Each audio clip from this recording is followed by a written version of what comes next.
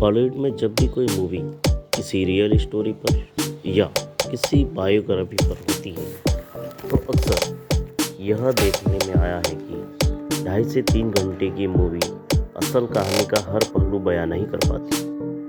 कई बार कहानी से जुड़ी कुछ खास बातें मूवी में बताई ही नहीं जाती, तो कई बार मूवी को इंटरटेनिंग बनाने के लिए कई सारे फेरबदल और मिर्च मसाला ऐड कर दिया जाता है, जिससे ऑडियंस तक असली कहानी पहुंच ही नहीं पाती। आज के इस वीडियो में हम बताने वाले मूवी गंगूबाई काठियावाड़ी की कहानी उस लड़की जो 16 साल की उम्र में मुंबई के एक रेड लाइट एरिया में फंस गई, जिसने बड़ी हिम्मत से मुंबई के बड़े डॉन के घर जाकर उससे राखी बांधी, जिसकी तस्वीर कमाटीपुरा के हर सेक्स वर्कर के घर में हुआ करती है और मुंबई में काम करती सेक्स वर्कर के अधिकारों के लिए प्रधानमंत्री तक पहुंच गई। एस हुसैनी जादी की किताब माफिया क्वींस ऑफ मुंबई में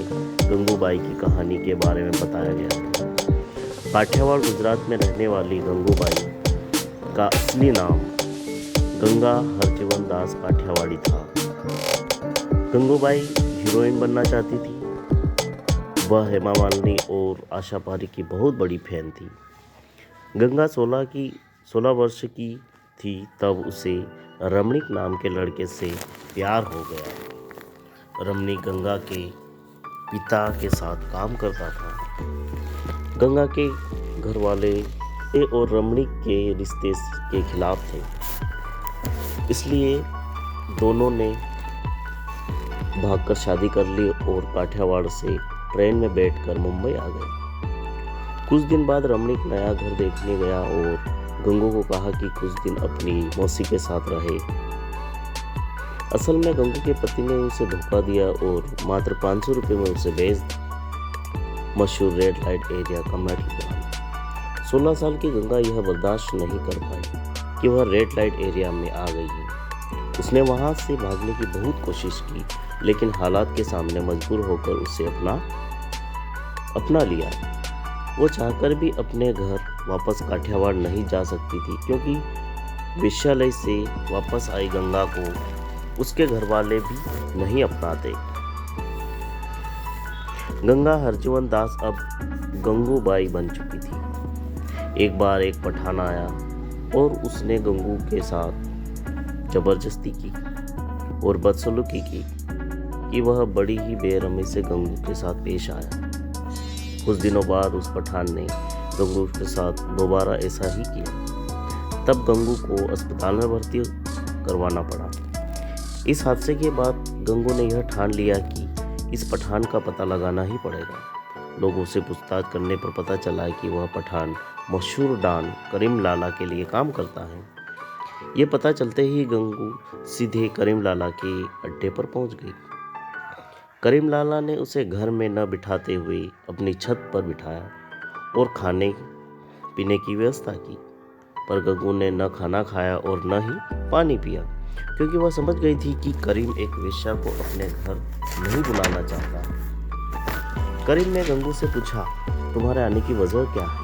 तब गंगू ने उस पठान के बारे में सब कुछ बताया। तब करीम लाला ने गंगू से कहा कि अगली बार जब वह आए तो मुझे खबर करना, मैं सब संभाल लूंगा। करीम की बात सुनकर गंगू की आंखों में आंसू आ गए और गंगू ने एक धागा लेकर करीम के हाथ में बांध दिया और बोली, आज से आप मेरे राखी बांधिए। कुछ दिनों बाद वह पठान फिर गंगू के पास आया। तब करीम लाला को खबर दी गई। करीम लाला आया और उस पठान को मार मार कर भगाया और करीम लाला ने कहा कि गंगू मेरी राखी बहन है, किसी ने उसके साथ बदसलूकी की तो यही हाल कर दूंगा। उसके बाद कमाटीपुरा में गंगू का दबदबा छा गया। छोटे से चुनाव में गंगू ने हिस्सा लिया और जीत भी हासिल की। उसके बाद वह गंगूबाई काठियावाड़ी बन गई और सेक्स वर्कर की आवाज़ उठाने लगी, उनके सुख दुख के साथ देने लगी। गंगूबाई ने रेड लाइट एरिया के सेक्स वर्कर के लिए कई बड़े काम किए। एक समय की बात है कि कमाटीपुरा से सेक्स वर्कर को हटाने की मांग उठी। तब गंगूबाई प्रधानमंत्री पंडित जवाहरलाल नेहरू के पास गई और अपनी बात रखी। उसके बाद प्रधानमंत्री जी ने गंगूबाई की बात पर अमल करते हुए कमाटीपुरा से वेश्याओं को हटाने का काम हमेशा के लिए रोक दिया। गंगूबाई कमाटीपुरा की महिलाओं के लिए माँ के समान है। वहाँ की सेक्स वर्कर के पास आज भी तस्वीर है और वह उसकी पूजा करती है।